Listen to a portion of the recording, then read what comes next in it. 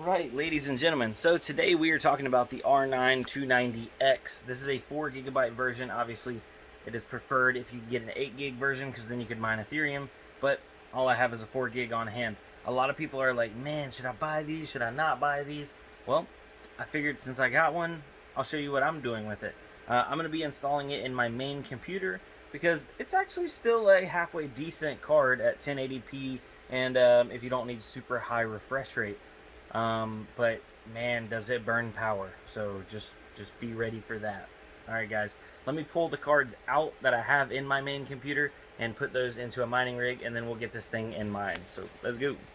Looking inside here, this is the exact reason why everybody always gets on me about my cable management. I don't worry about my cable management too much because I'm always changing the setup inside here. I've had tons of different graphics cards in, swapped them around, I've changed drive bays. So this is more of a work and not necessarily worried about cosmetics. But I do love this board, and a lot of people always ask me.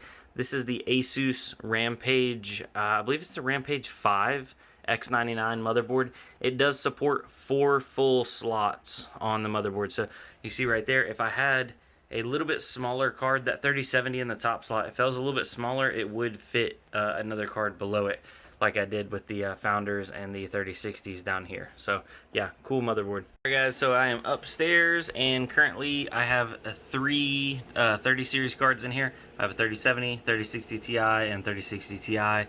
All three of those doing almost 60 mega hash a piece, equals out to about $18 a day at current rates, and it is March 6th 2020, just for reference there.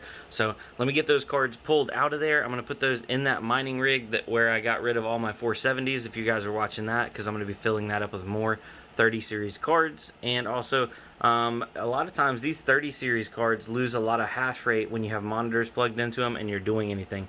They'll go from 60 mega hash down to 50, sometimes even lower. So I figured if I'm not going to be doing a ton of gaming, just some light 1080p gaming, if I put it on this card, I'm losing a lot less hash rate whenever I'm not mining on it. So let me get those pulled out. Alright guys, so I have the R9 290X in here. This is the 4 GB model like I was telling you earlier.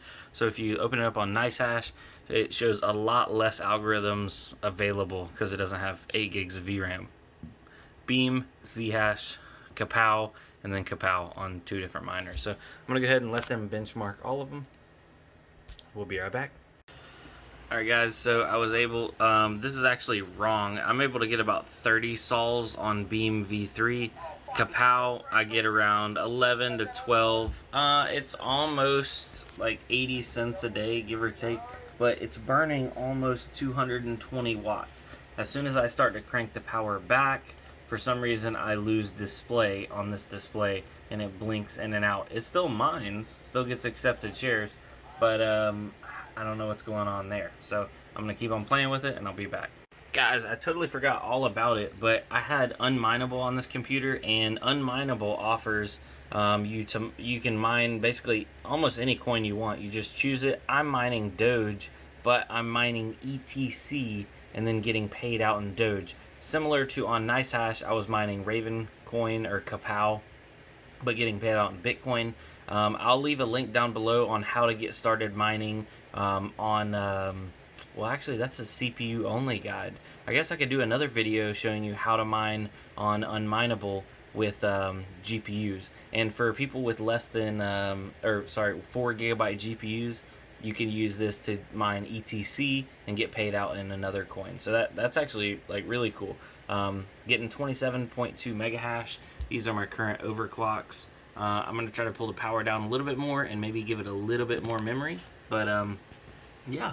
So this is the R9 290X, I guess, is going to be my new Doge machine. Let me pull up the profitability on 27 mega hash on ETC though.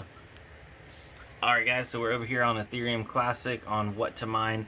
I put in 27 mega hash. I'm actually doing a little bit more than that at the moment, but per day that comes out to 68 cents. So that's a little over, what, 12 or 13 Doge. Yeah, obviously I don't have power filled in. If I fill in power, this card is basically dead nuts break even.